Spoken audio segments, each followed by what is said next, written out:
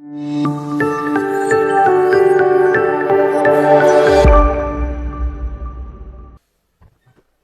Student, देखिए अपना topic चल रहा था अंकेक्षक के कर्तव्य, duties of auditor, duties of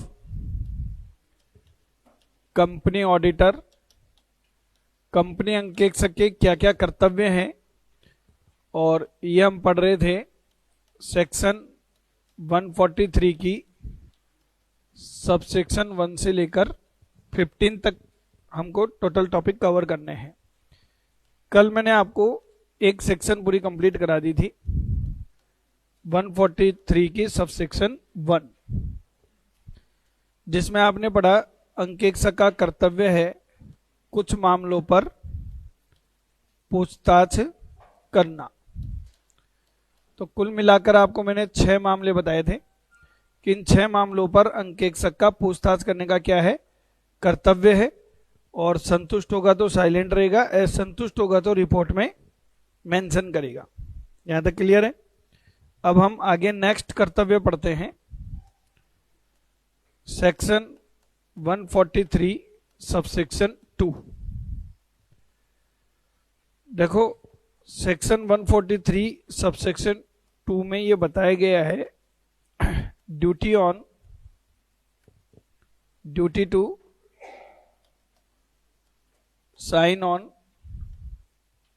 audit report, अंकेक्षण प्रतिवेदन पर हस्ताक्षर करने का कर्तव्य। जब आप ये सेक्शन पढ़ते हो तो इसके साथ में 2 सेक्शन आपको याद आनी चाहिए। एक तो धारा 141 की उपधारा 2 और एक धारा 145, जो आप मेरे से पढ़ चुके हैं। चलो जो पढ़ चुके हैं पहले तो उनको रिवाइज करवाते हैं, फिर आज क्या पढ़ना है वो बताता हूं। धारा 145 क्या कहती है, आप बताओ जी। सेक्शन 145 में क्या लिखा हुआ है, ये मैं आपको पढ़ा चुका हूं। हाँ, धारा 145 ये कहती है कि ऑडिट रिपोर्ट पर हस्ताक्षर वह व्यक्ति करेगा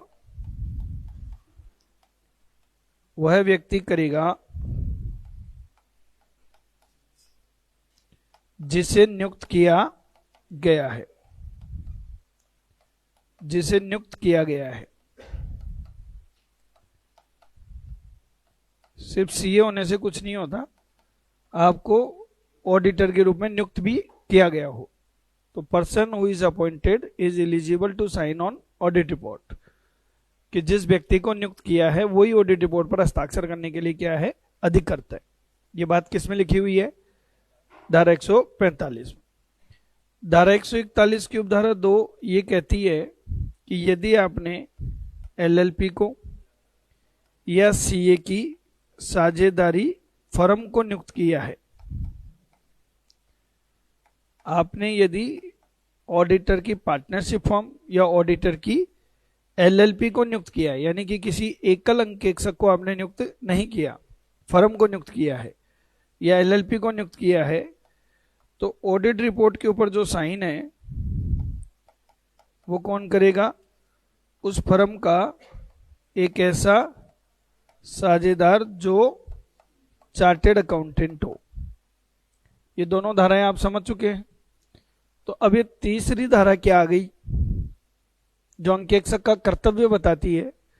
तो धारा 143 की उपधारा 2 ये कहती है कि सब ऑडिटर का कर्तव्य है कि वो ऑडिट रिपोर्ट पर क्या करे, साइन करे।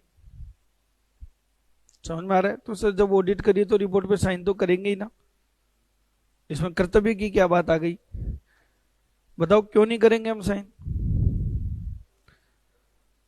सब डर लगता है इसलिए नहीं करेंगे। क्या डर लगता है जी, देखो क्या है, जब आप जूनियर अकाउंटेंट बन जाओगे रिश्वत लेने में भी आपको डर लगेगा, ऐसी बात नहीं है। अभी थोड़े दिन पहले का एक किस्सा सुनाता हूं। मेरी एक पार्टी के जीएसटी अधिकारी ने रेड मारी ये रेड मारते रहते हैं, सर्वे करते रहते हैं, किसी के यहाँ दावा बोल देते हैं। पार्टी साहब साउथ की थी, जयपुर में उसका कोई चार्टर्ड अकाउंटेंट है नहीं, कोई मीडिएटर था नहीं, साहब को उससे 5 लाख की रिश्वत लेनी। तो साहब ने कहा यार फंसा देगा ये आदमी तो उन्होंने मेरे को इन्वॉल्व किया। तो यार सीए साहब एक केस देता हूँ, आप इसको निपटा दो। मैं निपटा देंगे साहब। बोले लेकिन मेरे को 5 लाख रुपए चाहिए। मैं दिला देंगे। तो मुझे इन्वॉल्व कर दिया। अब वो सारा रिश्वत का जो प्रखंड है वो मुझे हैंडल करना है, पार्टी से पैसा मेरे को लेना है और आगे देना है। सर आप ऐसे काम भी करते हो क्या? ऐसे ही काम करते हैं, और क्या करें, और कोई काम ही नहीं है। और काम क्या है? शुरू शुरू में जब मैं सीए बना था तो बहुत एथिकल आदमी था मैं, ईमानदार होते ना, ईमानदार। मैं रिश्वत नहीं लूंगा साहब, ना रिश्वत दूंगा ना लूंगा। तो मेरी एक बात समझ में आ गई कि अगर आपने रिश्वत नहीं दी या रिश्वत नहीं ली ना तो आप काम नहीं कर सकते, क्योंकि वो आपको झुलाता रहेगा, आपको चक्कर लगाता रहेगा। पार्टियों को क्या है, पैसा खर्च कर देंगे लेकिन काम चाहिए फटाफट। तो 1-2 पार्टियां मेरे पास आई और हाथ से निकल गई। यार सीए साहब आपसे काम तो होता है नहीं। मैं कहा सर वो पैसे मांगते हैं तो दे दो ना यार। मैं कहा ऐसे कैसे दे दें, भ्रष्टाचार को बढ़ावा? नहीं नहीं। अरे बोला कौन से आचार की बात कर रहे हो आप? आचार तो है ही ना, चाहे भ्रष्ट हो। आप तो दो, पार्टियां खुद देने को तैयार है। तो देखो वो अधिकारी ने मुझे इन्वॉल्व क्यों किया ये बताओ। अच्छा ये और बोल रहा है सर 5 लाख में 1 लाख आप रख लेना, 4 लाख मेरे को दे देना। मुझे इन्वॉल्व क्यों किया? क्योंकि उसको डर लग रहा है कि पता नहीं पार्टी कैमरे के साथ आ जाएगी, फिर मेरे को मुंह छुपाना पड़े। तो सर ये रिस्क तो आपके ऊपर भी है। नहीं मेरे ऊपर रिस्क नहीं है। मान लो मैंने उससे नोट लिए रिश्वत की और एंटी करप्शन वाले आ गए और मुझे दबोच लें, तो मैं तो ये कहूंगा फीस ले रहा हूं मैं मेरी। तो आप रिश्वत ले रहे हो? मैं सर मैं हूं कौन रिश्वत लेने वाला? मैं कोई सरकारी अधिकारी थोड़ी हूं जो रिश्वत लूंगा। मैं तो कंसल्टेंट हूं और ये मेरी फीस है, मेरी तय हुई है। तो मुझे नहीं फंसा सकते। वो फंसाएंगे किसको? अधिकारी को। अधिकारी डायरेक्ट बात ही नहीं कर रहा। तो ऐसे होता है तरीका। तो डर लगता है साहब सबको। और एक बात बता देता हूं बच्चों, कभी भी जब आप जूनियर अकाउंटेंट बन जाओ, रिश्वत कांड करो ये सब, तो लालच पे कंट्रोल करना और डायरेक्ट पार्टी से डील कम करना। हमारे जैसे मीडिएटर को बीच में डाल लेना, उसमें आपका जोखिम का एलिमेंट क्या हो जाता है? कम हो जाता है। रहती तो है, क्योंकि कई ऐसे भी केस हुए जिसमें सीए और अधिकारी दोनों ही अंदर गए। भाई अब कोई पार्टी अगर एकदम ही हैरेसमेंट हो गई, वो परेशान है, तो वो देखेगा यार मैं बर्बाद तो ही रहा हूं, इनको भी ले चलता हूं। तो ऐसे भी केस होते हैं। तो देखो साहब वैसे तो ऑडिट करिए तो मेरी ड्यूटी बनती है कि मैं साइन करूं, पर मुझे डर लगता है इसलिए मैं मना कर देता हूं। तो ये एक्ट कहता है कि भाई ऐसा नहीं चलेगा। आपके पास 2 ही तरीके हैं, या तो ऑडिट छोड़ दो, या तो ऑडिट को छोड़ दो। कह दो अगले को कि भाई मैं ऑडिट नहीं कर सकता, मना कर दो। सर हमारी तो नियुक्ति हो गई ना, तो त्याग पत्र दे दो, छोड़ दो। अगर ऑडिट करिए तो साइन करना पड़ेगा। और सर अगले की गड़बड़ है तो हमें एक हथियार दिया गया है कि आपको ये किसने कहा कि सब कुछ सही से ही बोलो। आप ऑडिट रिपोर्ट में लिख दो कि यहाँ सब कुछ क्या है, गड़बड़ है। आपको रिपोर्ट में सब कुछ कहने का पावर दिया ना, सही है तो सही कह दो और गलत है तो गलत कह दो, पर कहो तो सही। तो हमारा कर्तव्य है कि हम ऑडिट रिपोर्ट पर क्या करेंगे? साइन करेंगे। समझ में आ गया? तीनों सेक्शन में डिफरेंस समझ में आ गया? यहाँ मेरा कर्तव्य साइन करने का, यहाँ ये बताया गया कि साइन कौन करेगा? जिसको नियुक्त किया है। और यहाँ बताया गया कि अगर फर्म को या एलएलपी को नियुक्त किया जाता है तो साइन कौन करेगा बताओ? साझेदार जो चार्टेड अकाउंटेंट हो। अब इसमें कुछ बातें मैं आपको और बताना चाह रहा हूं जो एग्जाम में पूछी जाती हैं। एक बार हमारे सीए लाइन में एक क्वेश्चन आया कि एक चार्टेड अकाउंटेंट फॉरेन गए हुए थे, विदेश यात्रा पे गए हुए थे। पीछे से किसी क्लाइंट को ऑडिट रिपोर्ट की एकदम अर्जेंट नीड आ गई। बैंक में लोन ले रहा होगा तो बिना ऑडिट रिपोर्ट के लोन देते नहीं ये लोग। तो उसने सीए साहब को फोन किया, तो सीए साहब ने कहा मैं तो विदेश हूं, आऊँगा तभी साइन करूँगा, बस साहब मुझे तो बहुत ही अर्जेंट है। तो सीए ने अपने स्टाफ को कह दिया अरे मेरे साइन टिका दे, और उसने साइन कर दिया और बाद में वो मामला तुल पकड़ गया। बताओ क्या मैं साइन ना करके मेरे बेटे को ऑथोराइज कर दूं? वो मेरा लीगल रिप्रेजेंटेटिव है, वैधानिक उत्तराधिकारी, कर सकता है या नहीं कर सकता? या मेरा कोई स्टाफ? तो कौन करेगा? तो ये अंकेक्षक को व्यक्तिगत तौर पर क्या करने होंगे? साइन करने होंगे। एक बात तो ये ध्यान रखना, व्यक्तिगत तौर पर मतलब समझ गए ना, अर्थात एजेंट या उत्तराधिकारी, एजेंट या उत्तराधिकारी साइन नहीं कर सकते। एजेंट या उत्तराधिकारी साइन नहीं कर सकते। देखो आप लोग गवर्नमेंट जॉब की तैयारी कर रहे हो, क्या ये बढ़िया चीज है? बढ़िया है। मेरे ताऊ जी को सरकारी नौकरी मिल गई थी, बात है 1971 की, 1971 में, अब तो वो रहे ही नहीं, एक्सपायर ही हो गए। सरकारी नौकरी लगी थी और खुश होकर उन्होंने मेरे दादा को बताया कि पापा मेरी सरकारी नौकरी लगी, और मेरे दादा ने उनको कमरे में बंद करके जो पीटा, बोले नालायक, तू बनिए का बेटा नौकरी करेगा। हमारे खानदान में आज तक किसी ने नौकरी नहीं करी, 7 पीढ़ियों को तो मैं जानता हूं, आज तक ही किसी ने जॉब नहीं करी। और अगर कोई जॉब करता है ना तो उसे गणना की दृष्टि से देखा जाता है, चाहे बन जाओ आईएएस ऑफिसर आप, ना ना कहीं का आईएएस नौकरी है। बताओ ऐसा क्यों? क्योंकि नौकरी की एक सबसे बुरी बात बताता हूं आपको कि ये ट्रांसफरेबल नहीं होती। यानी कि आपकी लाइफ सेट होगी, बाकी की आपके भाई का कौन संभालेगा भैया मामला? आपके बच्चों का क्या होगा? पढ़ेगा तो नौकरी लग जाएगी, नहीं तो जय श्री राम। अब व्यापार में दादा सेट करता है, पिताजी चलाते हैं और पोता खाता है। व्यापार तो पीढ़ियों का चलता है साहब।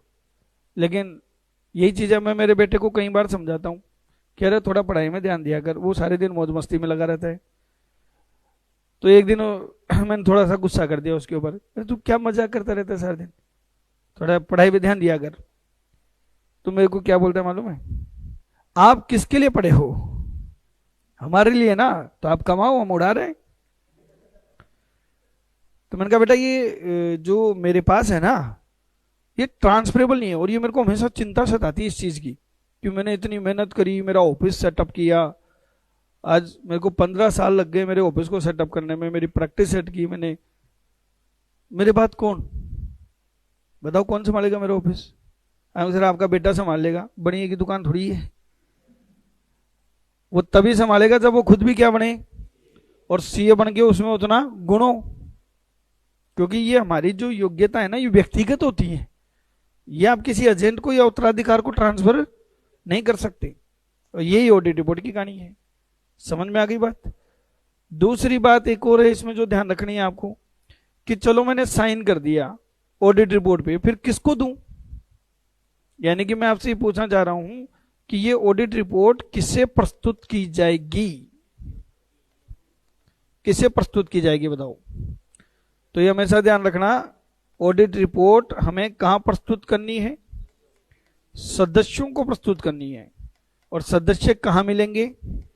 एजीएम की ईजीएम, क्योंकि ये रोज रोज थोड़ी ऑडिट होती है, साल में एक बार होगी। और ऑडिट करके क्या बुलाई जाएगी? सभी सदस्यों की एनुअल जनरल मीटिंग, और उसमें रिपोर्ट सबमिट की जाएगी। तो अंकेक्षक की अंकेक्षण प्रतिवेदन कहां प्रस्तुत की जाती है? एजीएम में। अंकेक्षक अपनी ऑडिट रिपोर्ट किसे प्रस्तुत करता है बताओ? सदस्यों को। ये बातें समझ में आ गई? एक बार एक केस हुआ था जिसका नाम था एलन ग्रेग एंड कंपनी। उस केस में क्या हुआ साहब, कुछ सदस्यों ने चार्टेड अकाउंटेंट के अगेंस्ट आईसीएआई में शिकायत दर्ज करी कि साहब इन सीए साहब ने हमको रिपोर्ट नहीं भेजी, हमारे पास में इनकी ऑडिट रिपोर्ट नहीं आई, आप इनके विरुद्ध कार्रवाई करेंगे। बताओ, क्या मैं एक एक शेयर होल्डर के घर पे भेजूं? मेरा काम ये नहीं है। मैंने ये नहीं कहा कि आप किसे सुपुर्द करोगे, मैं क्या पूछ रहा हूं, किसे प्रस्तुत करोगे। सर एक ही तो बात है, क्या बात कर रहे हो, एक बात थोड़ी है। अब बताओ, कभी कोई चिट्ठी लिखी है आपने, कोई पोस्ट डाला है? आपने जिस बंदे को पोस्ट भेजनी है, लिफाफे पे उसका नाम लिखा, फिर वो चिट्ठी कहाँ रखी? डाक में। पर नाम डाकिए का लिखा गया, टू द डाकिया तेरी मर्जी हो जहां दिया। पाने वाले का नाम लिखा, उसको कहते हैं एड्रेस करना, प्रस्तुत करना। तो ऑडिटर भी अपनी रिपोर्ट में क्या लिखता है?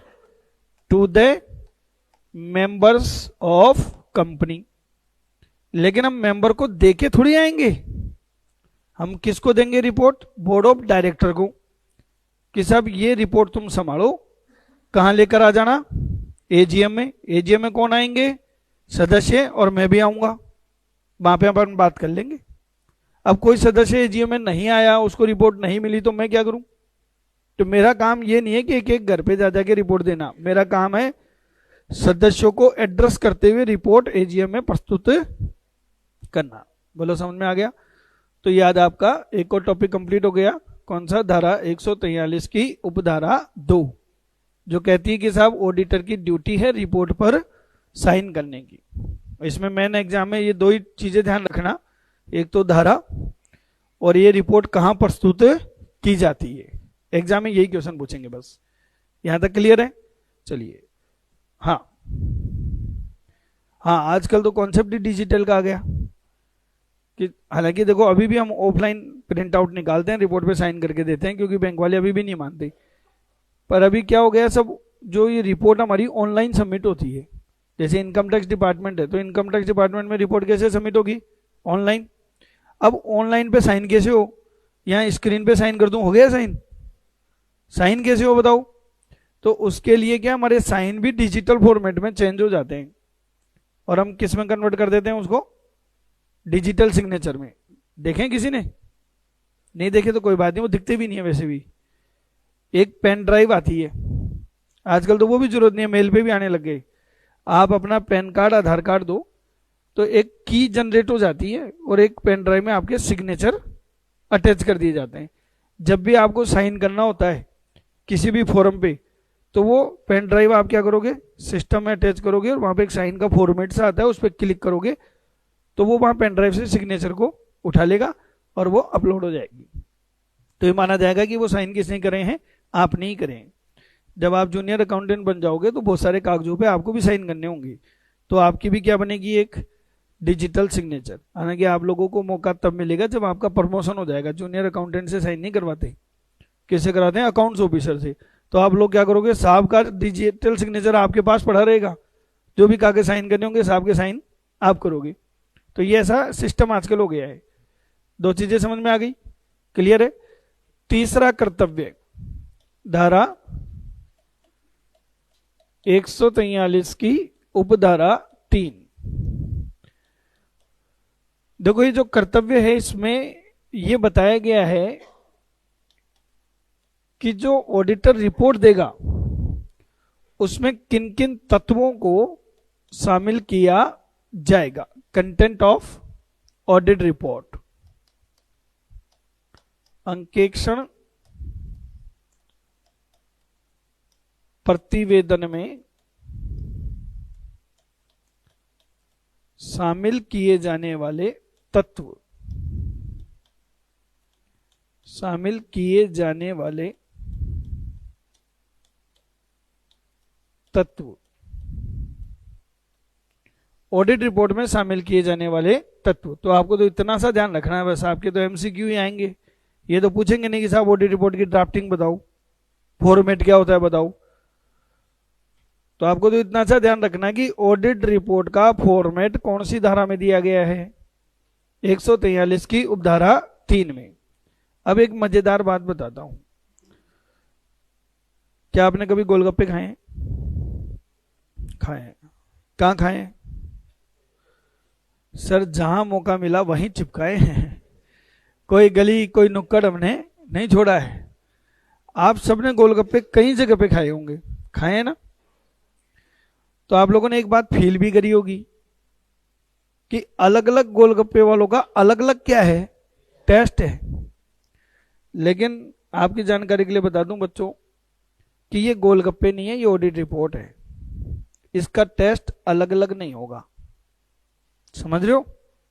मतलब चाहे जयपुर का टॉप से टॉप सीए हो, चाहे मेरे जैसा निकृष्ट कैटेगरी का सीए हो, समझ रहे हो ना, चाहे टॉप सीए हो चाहे एकदम बेकार सीए हो, एक बात, चाहे सर्जन इंस्टीट्यूट की ऑडिट हो और चाहे रिलायंस की ऑडिट हो, रिपोर्ट के जो फॉर्मेट हैं और उसमें आने वाले जो कंटेंट हैं वो बिल्कुल क्या है, फिक्स है। मतलब उसमें हम हमारी मनमर्जी की लैंग्वेज नहीं लिख सकते, ना आप अपनी मनमर्जी की लिख सकते हो, फिक्स फॉर्मेट है। और वो फॉर्मेट किस में बताया गया है, धारा 143 की उपधारा 3 में। लेकिन ध्यान रखना ये फॉर्मेट किसके लिए है, किसकी ऑडिट रिपोर्ट के लिए है, कंपनी की, क्योंकि अभी हम क्या पढ़ रहे हैं, कंपनी। लेकिन ऑडिट सिर्फ कंपनियों की नहीं होती है, ऑडिट सिर्फ कंपनी की नहीं होती है। ऑडिट किन किन की होती है, ऑडिट सोल प्रोप्राइटर की भी होती है, ऑडिट पार्टनरशिप फर्मों की भी होती है। तो वहां ये धारा नहीं लगेगी, वहां फॉर्मेट क्या रहेगा, अलग रहेगा। ये फॉर्मेट किसके लिए है बताओ, ये कंपनी के लिए है, समझ में आ रहा है? तो कोई भी कंपनी की ऑडिट रिपोर्ट उठा के देख लेना, चाहे रिलायंस की उठाओ, चाहे सर्जन डिजिटल की उठाओ, चाहे किसी की भी उठा लो, जो भी कंपनी है उसकी रिपोर्ट में आने वाले कंटेंट ये हैं। और इस धारा में ए से लेकर कितने पॉइंट बताए गए हैं, जे तक, यानी कि 10 पॉइंट हैं और ये 10 फिक्स हैं। हाँ वो अलग बात है कि अगर कोई पॉइंट लागू ही नहीं होता तो वो रिपोर्ट में नहीं आएगा। जैसे एक पॉइंट है कि कंपनी के जितने भी ब्रांच हैं उसके बारे में कमेंट करना है। अब किसी की ब्रांच ही नहीं है तो कमेंट कहां से करेंगे, समझ में आ रही बात आपकी? तो कितने पॉइंट है, 10। तो ये भी आपका एक टॉपिक क्या हो गया, कंप्लीट, कि सब ऑडिट रिपोर्ट में कौन कौन से तत्व शामिल होते हैं।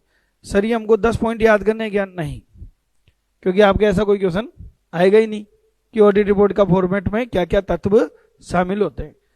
सैंपल के तौर पे मैं आपको 2 बता देता हूं। पहला पॉइंट देखो क्या कह रहे हैं, ये ऑडिटर अपनी रिपोर्ट में ये बात लिखेगा, क्या बात लिखेगा, एक एग्जांपल है कि सब अंकेक्षक ने उसके सर्वोत्तम ज्ञान और विश्वास के अनुसार जो भी आवश्यक सूचनाएं और स्पष्टीकरण थे वो अधिकारी से प्राप्त कर लिए। समझ में आ रही है, सबके समझ में आ रही बात? क्या लिखेगा ऑडिटर, जो भी आपको आवश्यक सूचना चाहिए थी, जो भी जानकारी चाहिए थी, जो भी स्पष्टीकरण आपको चाहिए थे ऑडिट करने के लिए, वो आपने प्राप्त कर लिए। किससे, अधिकारी से। समझ में आ रहा है? आपने मांगी और अधिकारी ने नहीं दिए, कैसा भी होता है, होता है।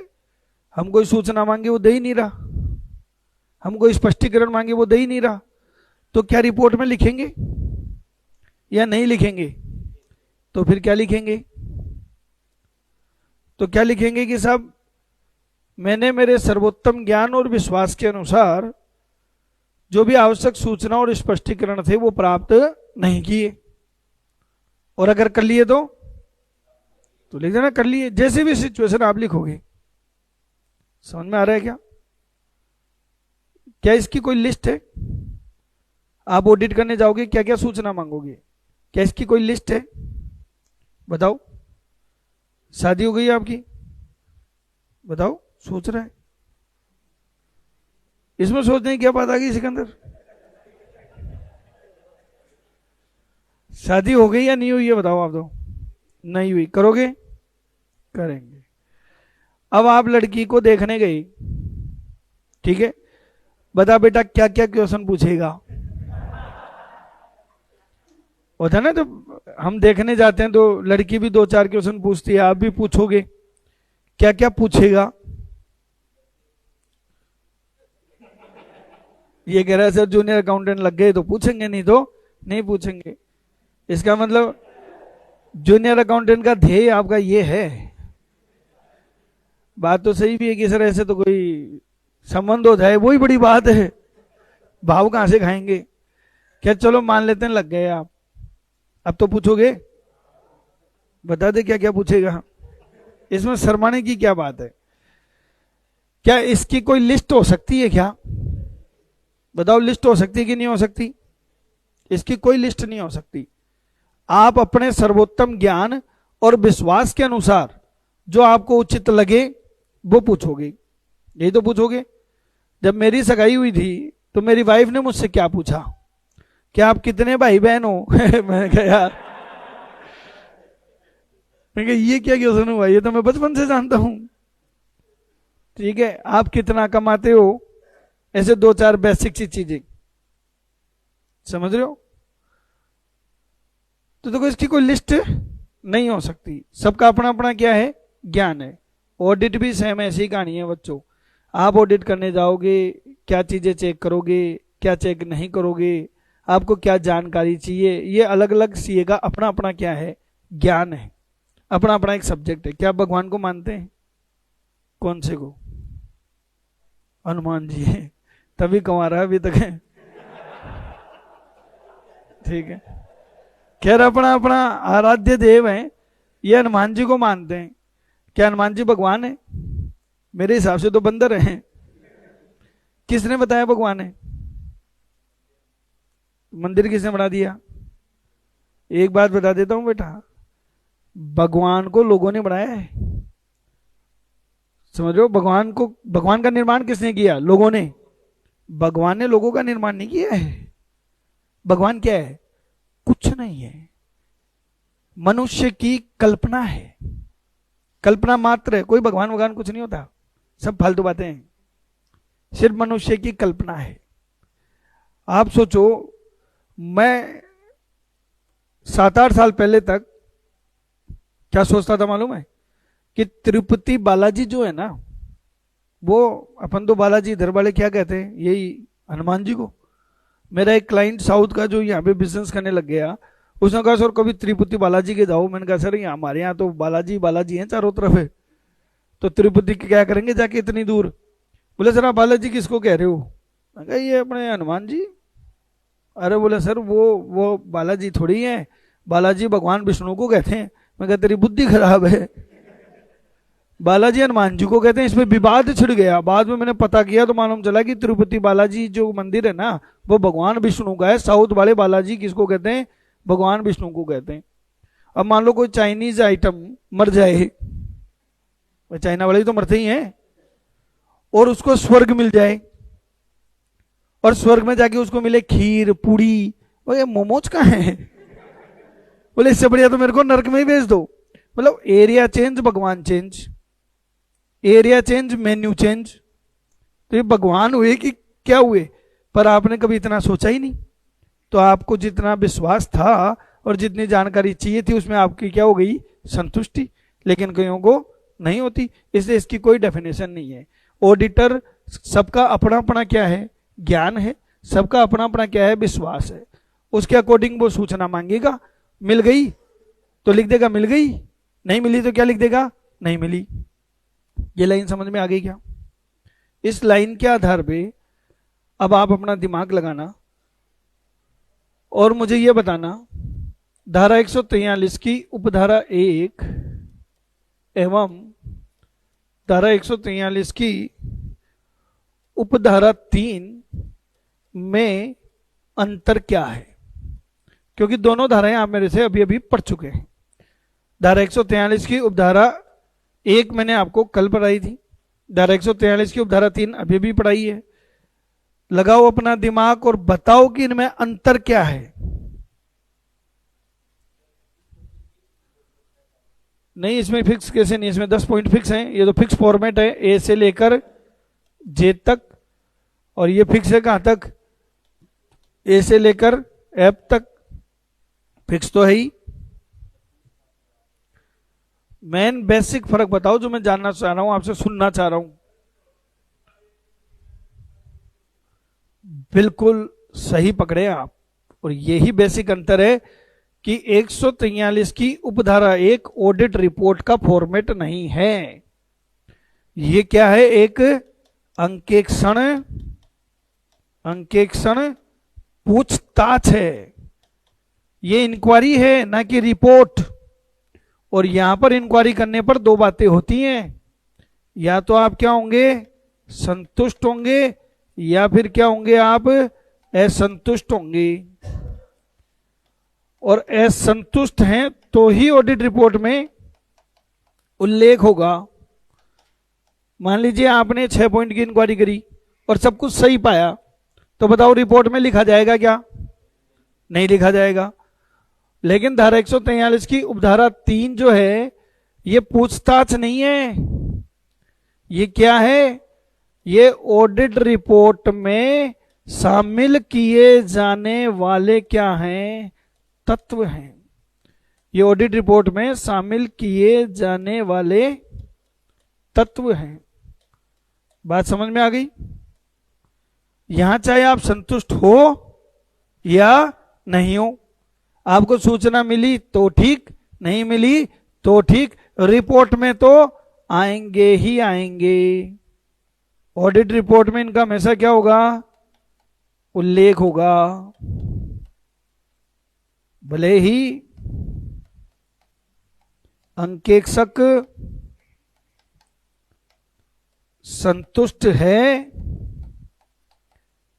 या नहीं, ये एक बेसिक डिफरेंस है। बोलो समझ में आ रहा है क्या? तो धारा 143 की उपधारा 1 ऑडिट रिपोर्ट नहीं है, क्या है? Audit inquiry. और धारा 143 की उपधारा 3 ऑडिट इंक्वायरी नहीं है, क्या है? Audit report. अब बोलिए किसी को कोई डाउट? आगे बढ़ूं? तो इसमें कितने पॉइंट आते हैं टोटल? 10। सैंपल के तौर पे मैंने आपको कितने बता दिए? एक और सैंपल बताता हूं। ऑडिट रिपोर्ट में ऑडिटर दूसरी बात क्या लिखता है? पहली बात समझ गए? पहली बात क्या लिखता है?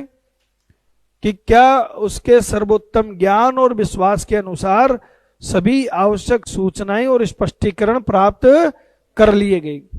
समझ गए? दूसरी बात ऑडिटर क्या लिखता है? कि क्या उसके विचार में कंपनी ने उचित लेखा पुस्तकें रखी हैं या नहीं रखी। कंपनी ने उचित लेखा पुस्तकें रखी है या नहीं रखी। कि company has maintain proper books of accounts और नॉट। क्या लिखोगे बताओ? कि कंपनी ने proper books of accounts maintain करी है या नहीं करी। समझ में आ रहा है? प्रॉपर किसको कहते हैं? लेखा पुस्तकों को उचित कब माना जाएगा? हाँ, सबूत हो, साक्ष्य हो,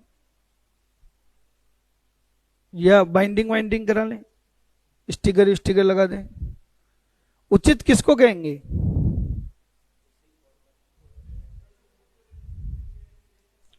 चलो कोई नहीं, छोड़ो। आप ये बताओ, मनीष सर से आप अकाउंट्स पढ़ रहे हो, लेखांकन में जो प्रविष्टि होती है किस आधार पे होती है? दोहरा लेखा प्रविष्टि। नाम सुना है? ये नॉन कॉमर्स से हैं, सुना है बेटा? दोहरा लेखा मतलब डबल एंट्री मतलब। अच्छा सर, अगर राजस्थान में बीजेपी की सरकार आ जाए तो double entry system, double engine की सरकार, ऐसे? यहां डबल एंट्री का मतलब क्या है? एक डेबिट और एक क्रेडिट, दोहरा प्रभाव। क्या वाकई में बही खाते ऐसे ही लिखे जाते हैं? किसने कह दिया कि अकाउंटिंग डबल एंट्री होती है खाली? ये तो लुकास पेशियोली ने कहा है। दोहरा लेखा प्रणाली के जनक कौन थे? तो लुकास पेशियोली के पिताजी भी तो अकाउंटिंग करते होंगे। अकाउंट्स कोई लुकास पेशियो ने बनाया है क्या? जहां लेन और देन है वहां अकाउंटिंग है। मैं आपको मेरे पिताजी की बात बताता हूं। भाई हम तो क्या बनिए हैं, और बनियों के यहां बही खाते तो होते ही हैं। ये डबल एंट्री वेंट्री क्या होती है मेरे पापा नहीं जानते। मनीष सर बोले ना कि ये माल खरीदा डेबिट करो, माल बेचा क्रेडिट करो। बोले अरे कहेगा ये क्या हो रहा है, हम नहीं जानते। वो तो बही लेके आते थे, देखिए बही किसी ने, लाल पन्ने वाली पीले पन्ने वाली, ऊपर लाल कवर अंदर पीला पन्ना, यूं बही खोलते थे। और कोई डबल एंट्री सिस्टम नहीं, एक तरफ बस, लेना है तो इधर, देना है तो इधर, दो ही पोर्शन जानते थे, इधर की साइड लेना इधर की साइड देना। और लिखते कैसे थे मालूम है, मैंने तो ऐसे भी ऑडिट करी हुई है लाला जी की दुकानों की। 4226, तो 4 को ऐसे लिखते थे वो, 4226 यूं करके। और ऐसे लिखते थे माल खरीद खाते नाम, कोई परचेज वर्चेज नहीं जानते वो, माल खरीद खाते नाम। और ये जो आप खतौनी सीखोगे सर से पोस्टिंग करना, खतौनी वतौनी नहीं होती थी हमारे यहाँ, खाता जरूर बनाते थे, यहां से उठा के खाते में लगे तो एक डंडा खींच देते थे यूं, तो एक डंडे का मतलब खतौनी हो गई। ये देसी स्टाइल है। डबल इफेक्ट आ रहा है क्या? नहीं, सिंगल एंट्री सीधी, डबल एंट्री सिस्टम ही नहीं था। इसको महाजनी लेखा पद्धति कहते हैं। क्या कहते हैं? महाजनी। समझ लो ना, जैसे हम लोगों को बड़ियों को महाजन कहते थे पहले, आजकल तो महानता तो रही नहीं तो लेखा पद्धति कह देते हैं। क्या नाम से? एकल लेखा पद्धति। तो अकाउंटिंग तो वो भी होती है। तो फिर Manish sir double accounting entry क्यों सिखा रहे हैं? क्योंकि आज के डेट में वही चलती है। तो कंपनी एक्ट की हम पढ़ रहे हैं, कंपनी एक्ट 2013 की धारा 128 ये कहती है कि सब कंपनी को लेखा पुस्तकें कैसी रखनी पड़ेंगी? उचित। और उचित लेखा पुस्तकें कंपनी की तभी मानी जाएंगी जब वो दोहरा लेखा प्रणाली पर आधारित हो। किस पर हो? दोहरा लेखा प्रणाली पर हो। इसका मतलब क्या समझे कि साहब कोई भी कंपनी महाजनी पद्धति से बुक्स ऑफ अकाउंट्स नहीं लिख सकती, और अगर लिखा है तो वो प्रॉपर नहीं मानी जाएगी।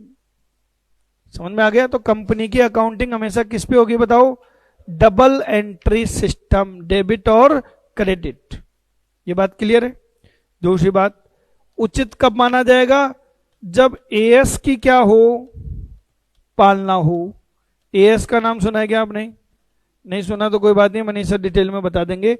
अकाउंट्स के कुछ क्या होते हैं? स्टैंडर्ड होते हैं, और वो स्टैंडर्ड अनिवार्य होते हैं ना कि ऐच्छिक, और उनकी पालना करना कंपनी के लिए क्या है? मैंडेटरी। अगर बिना पालना किए आपने बही खाते लिखे हैं तो वो उचित नहीं माने जाएंगे। क्या आपने मनीष सर से बीआरएस पढ़ा है? बैंक रिकंसिलिएशन स्टेटमेंट पढ़ा है? नहीं पढ़ा? क्यों जरूरत पड़ गई बीआरएस की? क्यों बनाते हैं बीआरएस? है? ये बच्चा कुछ बोल रहा है, क्या बोल रहे हो बेटा?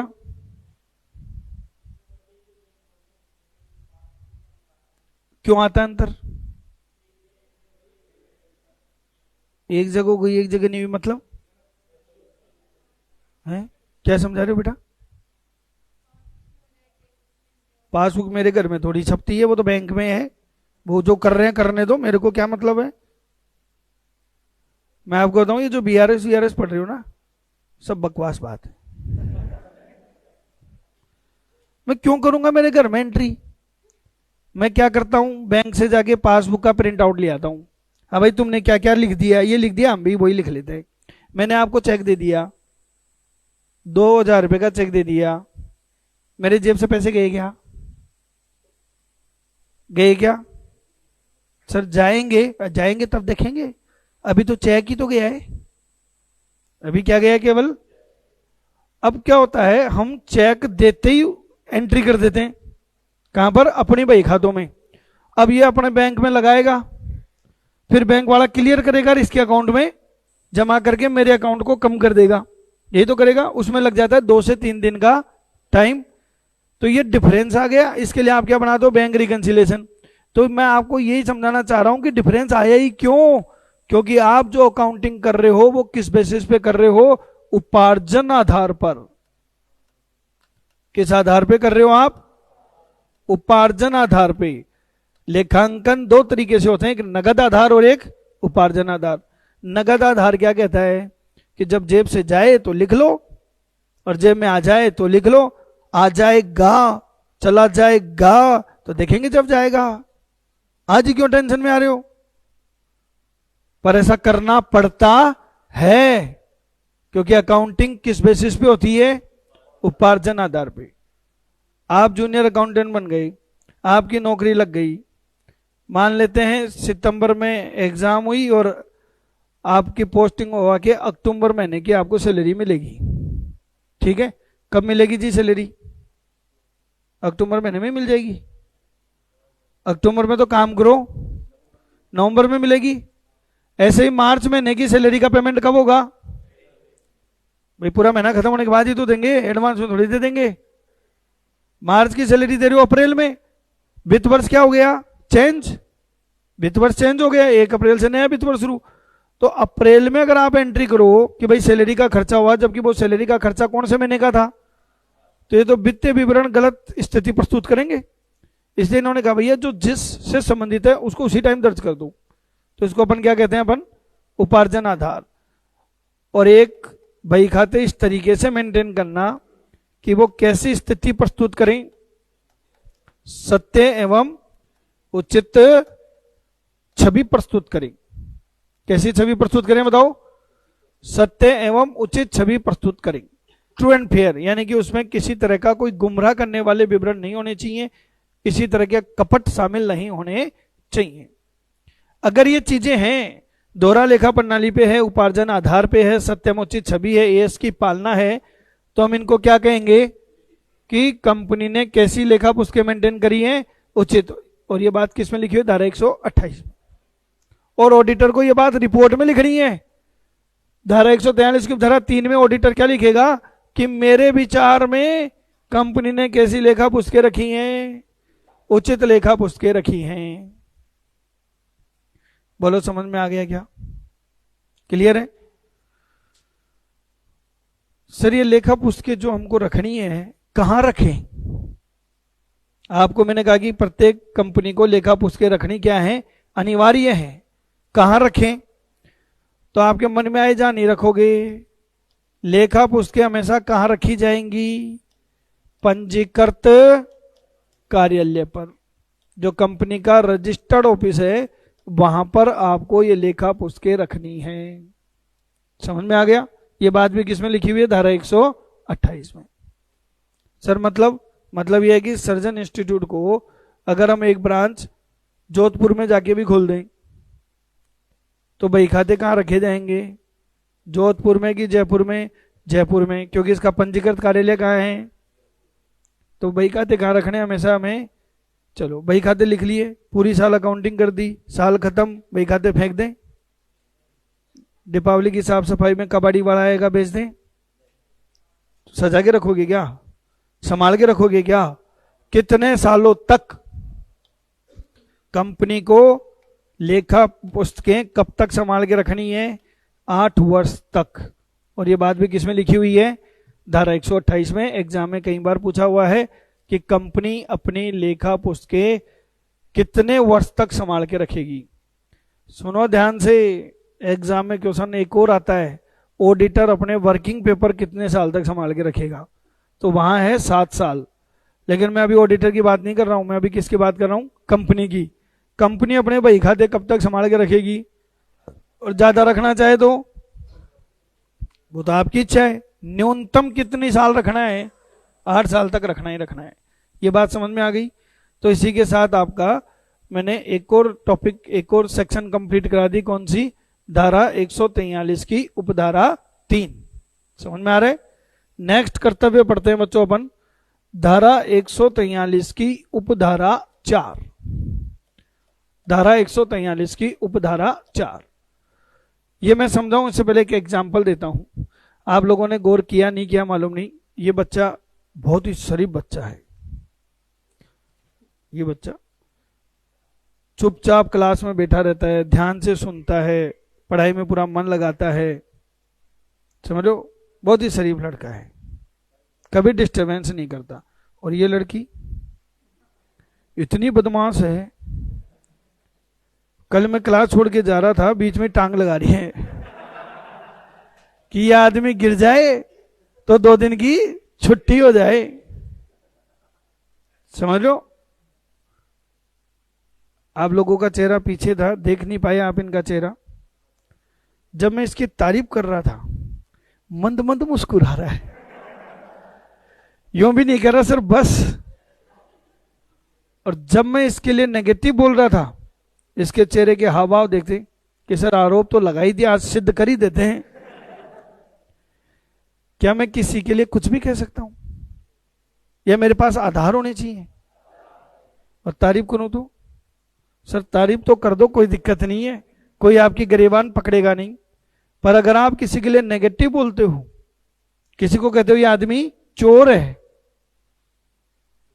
तो ये क्या कहेगा सर कैसे चोर हूं, क्या कर दिया आपका, बताओ मेरी गिरेबान पकड़ लेगा नहीं पकड़ेगा? तो ध्यान से सुनो बच्चों, ऑडिटर जो अपनी ऑडिट रिपोर्ट देता है उसमें वो अपनी राय व्यक्त करेगा। ऑडिटर रिपोर्ट में अपनी क्या व्यक्त करता है? राय। ऑडिटर की राय 2 प्रकार की होती है। अभी मेरा एक स्टूडेंट था, कॉलेज लेक्चर की उसने तैयारी करी, मेरे यहां से उसने पढ़ाई करी कॉलेज लेक्चर की ABST से, और उसका एग्जाम अच्छा हुआ, एग्जाम में कट ऑफ बढ़िया आ गई। पर क्या है, कॉलेज लेक्चर में एक पंगा है कि इंटरव्यू भी है। तो वो मेरे पास आया, बोले सर इंटरव्यू की तैयारी कराओ। मैं कहा यार आज तक हम अपने अंदर व्यू नहीं देख पाए, तेरा इंटरव्यू कहां से कराऊं? मैं कहा तैयारी व्यारी कुछ नहीं होती, इंटरव्यू की कोई तैयारी होती ही नहीं, क्योंकि इंटरव्यू में अगला क्या पूछ ले उसका मैं क्या बताऊं। बोले सर आप हमें बताओ, कुछ सजेशन दो। मैंने कहा बेटा जो भी था सब तेरे को दे चुका मैं, तो सब्जेक्ट से रिलेटेड तेरे से पूछेंगे, ये मेरा दावा है कि तू अटकेगा नहीं, मेरे पढ़ाई हुए को ध्यान रखना। अब सब्जेक्ट के अलावा पूछ ले तो उसका मैं क्या करूं?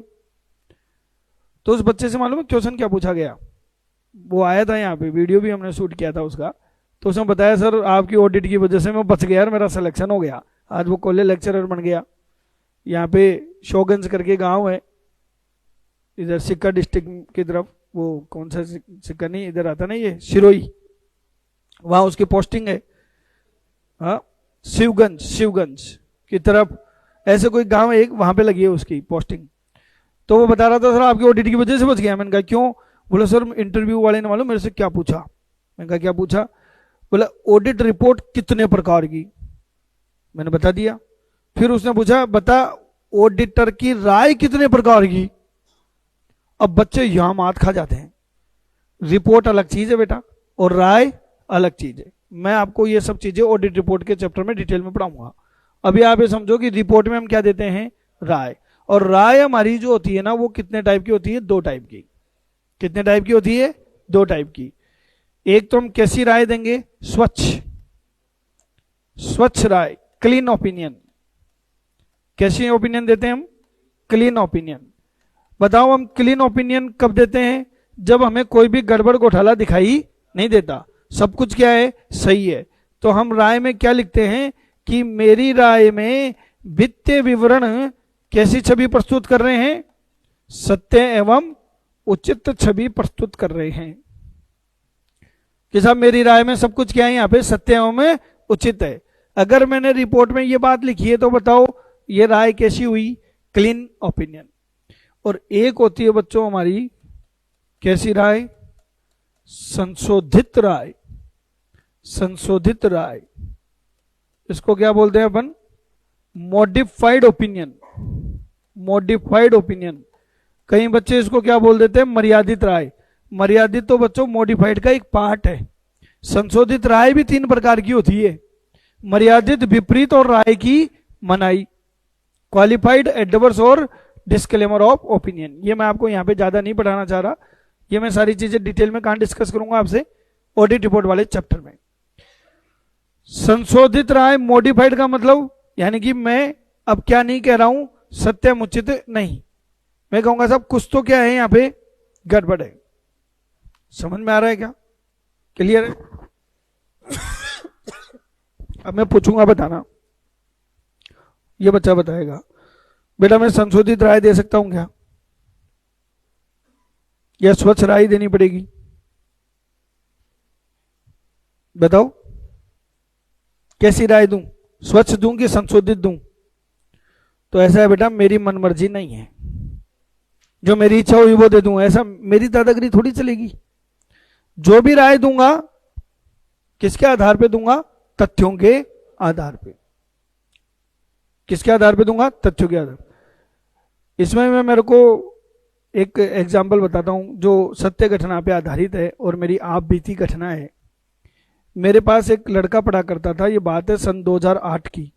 तब वो मेरा सीए का स्टूडेंट था। शिव कुमार के नाम से एक लड़का था, और वो मेरे यहाँ से उसने सीए पढ़ी और वो सीए बन गया। तो 2012 में सीए बनने के बाद उसकी शादी वादी की बातें चल रही थी। वो लड़का हमारे गांव से ही था। उसके पिताजी मेरे पिताजी को जानते थे। संबंध की बात चली तो मालूम चला कि साहब ये अपने ही गांव का है। तो वो जो लड़की वाले थे ना, वो मुझे जानते थे। तो उनको ये मालूम चला कि साहब ये सर का स्टूडेंट रहा हुआ है। तो वो मेरे ऑफिस आ गए, मिठाई लेके आए। बोला गुरुजी बच्ची का संबंध करके आए हैं। मैंने कहा किससे कर दिया साहब? बोले साहब ये आप ही का स्टूडेंट था, उससे संबंध कर रहे हैं बच्ची का, मिठाई खाओ। मैंने कहा थैंक यू जी। बोला अब आपसे सर एक राय पूछनी है, ये बच्चा कैसा है,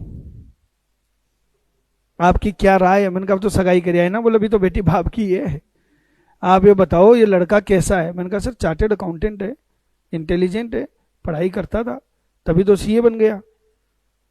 बोला मैं आपके हिसाब से सही है ना? बिल्कुल बढ़िया है। और वो संबंध हो गया, शादी हो गई। उसके 2 साल बाद पता नहीं क्या हुआ, दोनों के बीच में लड़ाई झगड़े हो गए, तलाक की बात आ गई। उसका लड़की का जो बाप है वो मेरे ऑफिस में आया और गुरुजी आपने मरवा दिया, आपको ऐसा नहीं करना चाहिए था, किसी कन्या के साथ आपने कितना बुरा कर दिया। मुझे इतने गिल्ट फील हुआ, यार मैंने क्या कर दिया? बोला सर देखो मैंने आपसे राय मांगी थी और आपने मेरे को ये कहा कि सब कुछ सही है, और वो लड़का तो शराब पीता है साहब। मैंने कहा सर क्लास में कभी पी के नहीं आया। नहीं आया भाई क्लास में पी के। अब सिकंदर यहां से जाने के बाद क्या गुल खिलाता है मुझे क्या मालूम। अभी कोई मेरे से पूछे सर सिकंदर कैसा है, तो मैं तो यही कहूंगा हिंदू एकता का प्रतीक है, अच्छा लड़का है, यही तो कहूंगा ना। तो सब हमारी राय मनमर्जी की नहीं होती, किसके ऊपर आधारित होती है? तथ्यों पे। चाहे हम पॉजिटिव बोले चाहे क्या बोले, नेगेटिव। अब ये धारा क्या कहती है? ये धारा 143 की उपधारा 4 ये कहती है कि यदि अंकेक्षक ने कैसी राय दी, तो आपने जो संशोधन डाला, जो नेगेटिव पॉइंट्स डाले, उसके आपको कारण बताने पड़ेंगे। आप ये कहो कि साहब मुझे फीलिंग आ रही थी कि गड़बड़ है, अरे आपकी फीलिंग से आपने सामने वाले की रिपोर्ट नेगेटिव दे दी। तथ्य दो, सबूत दो। तो ये मेरा कर्तव्य है कि मुझे संशोधित राय की स्थिति में जो भी मैंने मर्यादा डाली या मैंने जो भी क्या डाला संशोधन, उसके कारण का भी क्या करना पड़ेगा, मुझे उल्लेख करना पड़ेगा। कारण का भी क्या किया जाएगा, उल्लेख। बोलो धारा 143 की उपधारा 4 समझ में आ गई क्या? क्या करना रहेगा मुझे? जब भी मैं नेगेटिव बोलूंगा, रिपोर्ट को मॉडिफाइड करूंगा, तो उसके कारण मुझे रिपोर्ट में लिखने पड़ेंगे, ताकि लोगों को समझ में आए कि मैं नेगेटिव क्यों बोल रहा हूं। बोलो यहां तक की बात समझ में आ रही है क्या? सबके क्लियर है? आ रही बात समझ में? इसके बाद बच्चों नेक्स्ट धारा 143 की उपधारा 5, 6 और 7 ये हम यहां पर नहीं पढ़ रहे। इसके बाद जो मैं नेक्स्ट चैप्टर शुरू करूंगा, क्या नाम से? ऑडिट ऑफ गवर्नमेंट कंपनी, सरकारी कंपनी का अंकेक्षण। उसमें मैं आपको बताऊंगा। इसमें बच्चों केग की क्या दी हुई है भूमिका, कि जो कंट्रोलर एंड ऑडिटर जनरल है उसकी भूमिका क्या है, अर्थात सरकारी कंपनी के अंकेक्षक का कर्तव्य। सरकारी कंपनी के अंकेक्षक का कर्तव्य बताया गया है। बोलो, बात समझ में आ रही है? सरकारी कंपनी के अंकेक्षक का क्या बताया गया है? कर्तव्य। तो ये अभी हम यहाँ पे नहीं पढ़ रहे हैं। 143 के उपधारा 5, 6 और 7 कहां पर पढ़ेंगे अपन? ऑडिट ऑफ गवर्नमेंट कंपनी वाले चैप्टर में। बोलो, यहां तक कोई डाउट? कितनी धाराएं कर ली? 7, 1 से लेके 7 तक। नेक्स्ट, धारा 143 की उपधारा 8। अब मैं आपसे एक बात पूछता हूं, उसका जवाब देना आप मुझे। ये कंपनी है, इसका हेड ऑफिस जो है वो कहां पर है? जयपुर में। और इस कंपनी की कई क्या है? ब्रांच भी हैं। ये ब्रांच 1, ब्रांच 2, ब्रांच 3। कैसा हो सकता है? क्या कंपनी की शाखाएं होती हैं? सब जो ही व्यापार बढ़ता है ब्रांचें खुल जाती हैं। अब रिलायंस की अगर ब्रांच की बात करें तो इंडिया के हर शहर में है। बताओ, है या नहीं है? रिलायंस फ्रेश का शोरूम कहां नहीं है? बताओ, हर जगह। तो मेरा क्वेश्चन ये है कि इस कंपनी को ऑडिट किसकी करानी पड़ेगी? हेड ऑफिस की, ब्रांच की, कि दोनों की? दोनों की करानी पड़ेगी। हेड ऑफिस की भी ऑडिट होगी और ब्रांच की भी ऑडिट होगी, ये ध्यान रखना। ऑडिट हमेशा हेड ऑफिस और ब्रांच दोनों की होगी और दोनों की करानी पड़ेगी। क्लियर है? अब मेरा दूसरा क्वेश्चन, मान लीजिए हेड ऑफिस का ऑडिटर है जयपुर का मिस्टर जुगल, और ये ब्रांच है जोधपुर में।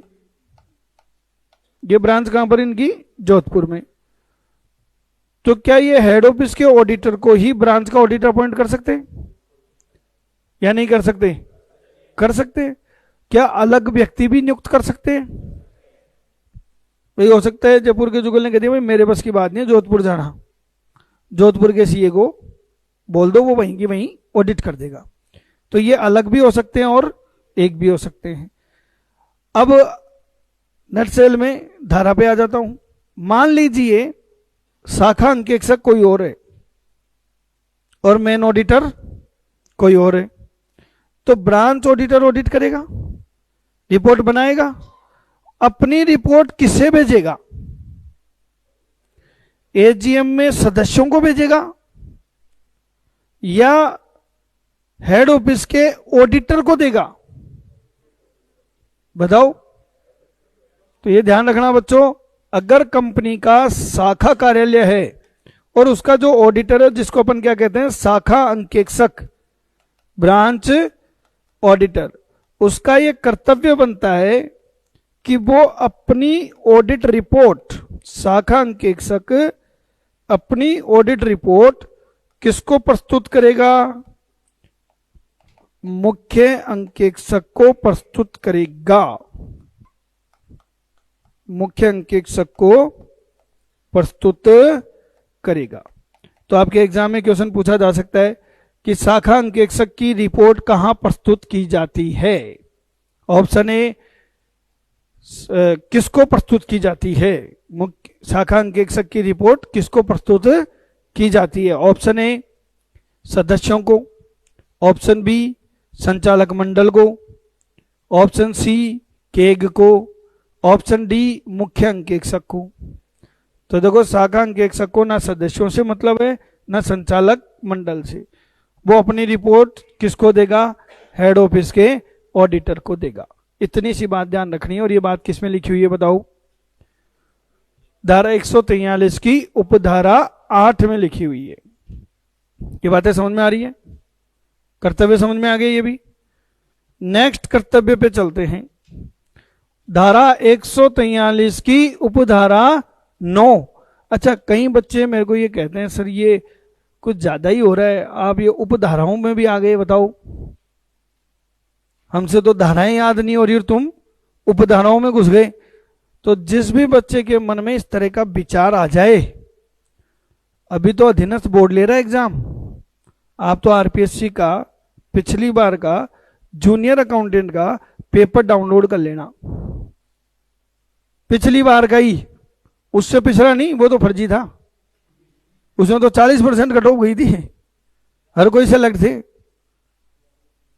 समझ लो, पिछली बार में 2 पेपर हुए थे, एक रिजेक्ट हो गया था, फिर दोबारा हुआ था। तो आप पेपर डाउनलोड कर लेना। ये जो धारा बताने जा रहा हूं ना आज, कौन सी, 143 की उपधारा 9, ये क्वेश्चन आया था, उपधारा का क्वेश्चन आया था। और ये तो आरपीएससी ने ले लिया, सोचो आपके तो एग्जाम कौन ले रहा है, अधीनस्थ बोर्ड। तो ये तो दिमाग से निकाल के फेंक देना कि हमें पढ़ना है या नहीं पढ़ना। धाराएं उपधाराएं सब अच्छे से लर्न करनी है। धारा 143 की उपधारा 9 क्या कहती है, मैं आपको सिर्फ एक नाम बोल रहा हूं, एस ए, नाम सुना है कभी? ऐसे बोले तो standard on auditing, standard on auditing, Hindi में बोलेंगे इसको अंकेक्षण मानक, अंकेक्षण मानक। जैसे आपने एएस पढ़े ना, एएस, एएस का नाम सुना है, अकाउंटिंग स्टैंडर्ड। जब अकाउंट्स वालों का स्टैंडर्ड हो सकता है तो हम तो शुरू ही वहां होते हैं जहां अकाउंट्स खत्म हो जाती है, ऑडिट का प्रारंभ होती है, बताओ, जहां लेखांकन समाप्त हो जाता है। तो हमारा स्टैंडर्ड नहीं होगा। जैसे अकाउंट्स के स्टैंडर्ड वैसे ही ऑडिट के स्टैंडर्ड है। अकाउंटिंग स्टैंडर्ड एएस, ऑडिट के स्टैंडर्ड ऐसे। और ये दोनों के दोनों क्या है बताओ, अनिवार्य है। आप कहें नहीं नहीं सर मैं तो नहीं मानूंगा, तुमसे पूछ कौन रहा है कि मानोगे कि नहीं मानोगे? ये क्या है, अनिवार्य है, मानना अनिवार्य है। पर कौन सा किसके लिए अनिवार्य है? एएस किसके लिए अनिवार्य है बताओ? कंपनी के लिए, जो भी कंपनी अकाउंटिंग करेगी उसके लिए मैंडेटरी है। लेकिन ऐसे किसके लिए मैंडेटरी है? अंकेक्षक के लिए। ये हमारे ऊपर लागू होते हैं, कंपनी के ऊपर लागू नहीं होते।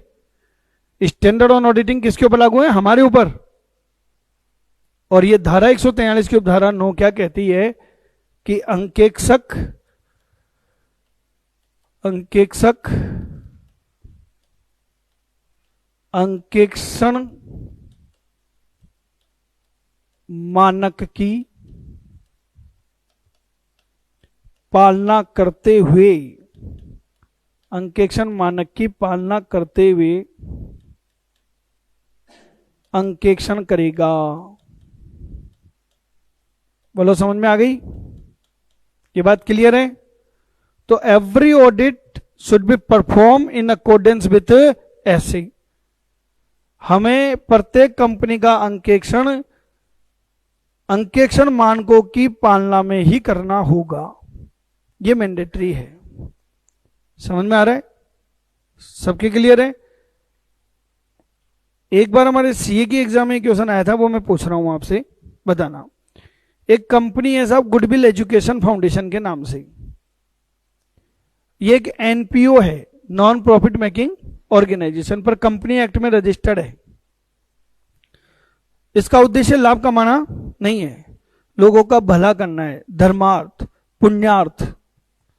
तो इस कंपनी के संचालक मंडल ने अंकेक्षक को यह कहा कि साहब हमारा उद्देश्य तो लाभ कमाना है ही नहीं, हम तो जनता के भले के लिए कंपनी चला रहे हैं, तो हमारी ऑडिट में ऐसे की पालना करने की जरूरत नहीं है। आपके क्या कमेंट हैं? पालना करनी पड़ेगी या नहीं करनी पड़ेगी? इस बात से कोई फर्क नहीं पड़ता कि कंपनी का उद्देश्य लाभ कमाना है या नहीं। जो भी ऑडिट होगी किसके अनुसार होगी? ऐसे की पालना के अनुसार होगी। और यह अंकेक्षक का कर्तव्य है। और यह बात किसमें लिखी हुई? धारा 143 की उपधारा 9 में। समझ में आ रहा है क्या? सबके क्लियर है? अच्छा ये बताओ, ये स्टैंडर्ड ऑन ऑडिटिंग बनाता कौन है? आईसीआई सरकार है क्या? तो इस देश में कानून सरकार लागू करती है साहब, आईसीआई सरकार थोड़ी है जो सरकार लागू कर देगी। इसकी एक रेसिपी है, इसकी क्या है? एक रेसिपी है। जैसे आपको चाय बनानी आती है, चाय की एक रेसिपी होती है ना, वैसे इसकी भी एक रेसिपी है कि अंकेक्षण मानक कैसे बनाए जाएं। तो आज मैं आपको वो रेसिपी सिखा रहा हूं। देखो अब ये काम हर कोई तो कर नहीं सकता कि हमारे देश में किस टाइप के स्टैंडर्ड ऑन ऑडिटिंग लागू होने चाहिए। ये तो वही करेगा जो इस एरिया का एक्सपर्ट हो। तो एक्सपर्ट माना जाता है इस देश में अकाउंटिंग और ऑडिटिंग के फील्ड में किसको? आईसीएआई ने अपने अंडर में एक बोर्ड बनाया, क्योंकि आईसीएआई में भी बहुत सारे काम है साहब, तो इसने अपने अंडर में क्या बनाया, एक बोर्ड, और उस बोर्ड का नाम क्या रखा, AASB। आईसीआई के अंडर में एक बोर्ड है, बोर्ड का नाम क्या बोलो, AASB। AASB की फुल फॉर्म है auditing and assurance, auditing and assurance standard board, auditing and assurance standard board. Hindi में बोलते हैं अंकेक्षण एवं आश्वासन मानक मंडल, अंकेक्षण एवं आश्वासन मानक मंडल। तो आईसीआई ने एक बोर्ड बनाया और ये जिम्मा बोर्ड को दे दिया कि भाई तुम हमारे देश में क्या लागू करवाओ ऐसे, लेकिन चूंकि ये सरकार नहीं है तो ये कुछ कानून लागू नहीं कर सकती, कानून लागू करने का काम सरकार का है, किसी बोर्ड का नहीं है। पर ये क्या कर सकते हैं, ड्राफ्टिंग कर सकते हैं। ड्राफ्ट मतलब समझ गए ना, क्या कर सकते हैं बताओ, ड्राफ्टिंग। क्या ड्राफ्ट कर सकते हैं, स्टैंडर्ड ऑन ऑडिटिंग। देखो ड्राफ्टिंग करने में और लागू करने में बहुत फर्क होता है। एक दो बार क्या हुआ, मेरी क्लास आजकल ऑनलाइन में क्या है, वायरल बहुत हो जाती चीजें, तो मनीष सर ने सुन ली, तो मनीष ने कहा यार तू भाभी के लिए ऐसे बोलता रहता है, तेरी किस्मत इतनी बढ़िया है, इतनी बढ़िया तेरे को बीबी मिली है, तू ऐसे बोलता रहता है। मैं कहा तेरे को बढ़िया कैसे लगी ये बता। बोले यार हम जाते हैं, हमारा स्वागत होता है। मैं कहा चल तू एक काम कर, आज शाम को घर आ। शाम को मैंने बुलाया तो साहब मेरी वाइफ ने इसको पनीर पकोड़े और चाय सर्व करी। पनीर पकोड़े और चाय खा के बोलता है बोल और क्या चाहिए तेरे को यार, ऐसी बीबी मिल रही है, मेहमानों को पनीर पकोड़े खिला रही है, चाय खिला रही है, और तू ऐसी बातें करता है। मैंने कहा सुन मेरी बात, जो पनीर पकोड़े तू खा के आया है, जो चाय तू पी के आया है, वो मैंने बनाया है। बोले नहीं भाभी लेके आई थी। अरे मैंने कहा वो प्रस्तुत कर रही थी, किचन में काम तो मैं कर रहा था। तब इसकी आंखें खुली और मैंने कहा सुन, जिस प्लेट में तू खा के आया है अब तेरे जाने के बाद मांजना भी मेरे को ही है। तब इसकी आंखें खुली कि अरे यार तेरा दुख तो बहुत गहरा है। मैंने कहा फिर, ऊपर ऊपर से देख रहा है। तो बच्चों ये अभी मसाला तैयार हो रहा है, अभी प्रेजेंट नहीं हो रहा है। मसाला बनाएंगे तो हम ही, देखो बनाएगा मजदूर ही, पर नाम किसका होगा, ठेकेदार का। ये देखो साहब इस ठेकेदार ने बनाया ये बिल्डिंग। अरे ठेकेदार ने एक भी ईंट लगाई क्या, ईंट और बजरी किसने लगाई, बेचारों ने, मजदूर और कारीगर ने। ठेकेदार तो बाबा ही लूट गया। तो ये हम क्या है, हम कारीगर मजदूर हैं जो क्या बना रहे हैं, ऐसे की ड्राफ्टिंग कर रहे हैं। समझ में आ रहा है। अब ये ड्राफ्टिंग करके किसको दें, लागू कर दें। अभी ड्राफ्ट हुआ है भाई, ये कागज पे लिखा है आपने, कानून थोड़ी बन गया। किसको दें, आईसीआई का ही तो ड्राफ्टिंग हो रही है। अरे भाई आईसीआई का ही तो बोर्ड है, वही तो ड्राफ्टिंग कर रहे हैं। अब क्या होता है साहब, दो लोगों के बीच में समझौता तभी होता है जब बिचौला हो। क्या बिचौलों का रोल जानते हो या नहीं जानते, बता बेटा किसने फंसाया तेरे को, कौन था वो बिचौला। बिना मीडिएटर के कोई फंसता थोड़ी है बेचारा, समझ रहे हो ना। तो यहां पर बिचौले का नाम सुनो, जो हमारे से बहुत नफरत करते हैं, उनका नाम है नफरा। सीए के बड़े अगेंस्ट है साहब ये। और पहले थे नाकास, किसी काम के नहीं नाकास। और जब से नीरव मोदी भागा, नाकास को बंद करके क्या चालू करा, नफरा। नाकास की फुल फॉर्म क्या थी, national advisory committee on accounting standard. National advisory committee on accounting standard. आज ये नेस्ताबूद हो चुकी है, इसका कोई वजूद नहीं है, क्योंकि नीरव मोदी अपने साथ ही ले गए इसका वजूद।